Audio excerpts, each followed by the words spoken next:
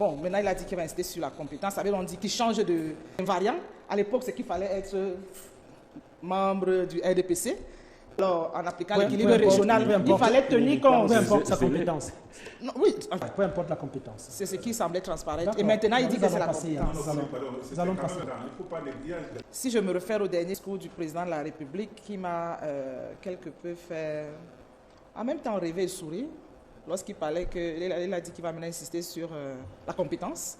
Alors, on pourrait se poser la question de savoir qu'est-ce qui était le fondement avant si ce n'était pas la compétence. Et en termes de priorité, c'était d'abord la politique, parce qu'il faut remarquer, si je prends seulement le secteur des entreprises publiques, tous les PCA, tous les DGA sont du parti au pouvoir, sauf le PCA, la SSC, M. Lipotte. Une hyperpolitisation. Ça veut donc dire qu'à un moment donné et pendant plusieurs années, il y a d'ailleurs des études qui ont été menées là-dessus, l'élément central pour faire partie de l'équipe du président de la République, c'était le parti au pouvoir et l'aspect communautaire.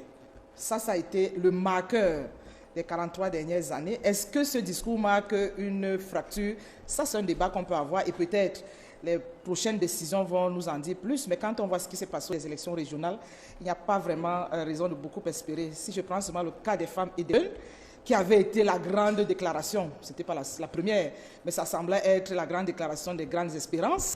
On a vu à la prestation de serment, à un moment aussi important, c'est vrai qu'il avait déjà fait également d'autres prestations de serment, mais on espérait, comme le slogan le disait, on a vu avec les régionales que ça a été le cas. Donc, est-ce que ça va changer, est-ce que ça ne va pas changer? Notre rôle ici, en réalité, de mon point de vue, c'est davantage, non pas de stigmatiser, mais voir s'il y a encore quelques pistes et quelques outils qu'on peut mettre sur la table, mais il faut quand même dire que certaines décisions de gouvernance sont en question. Et nous avons le devoir, en tant qu'enseignants, en tant que citoyens, parce qu'en réalité, il s'agit des impayés par les Camerounais, ce n'est pas un agent, ce n'est pas l'agent du président de la République.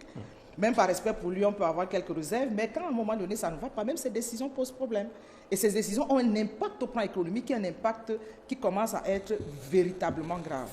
Bon, maintenant, il a dit qu'il va insister sur la compétence. Ça veut dire on dit qu'il change de variant. À l'époque, c'est qu'il fallait être membre du RDPC. Alors, en appliquant l'équilibre régional, il fallait tenir compte. Peu importe sa compétence. Non, oui, Peu importe la compétence. c'est ce qui semblait transparaître. Et maintenant, il dit que c'est la compétence. Nous allons passer.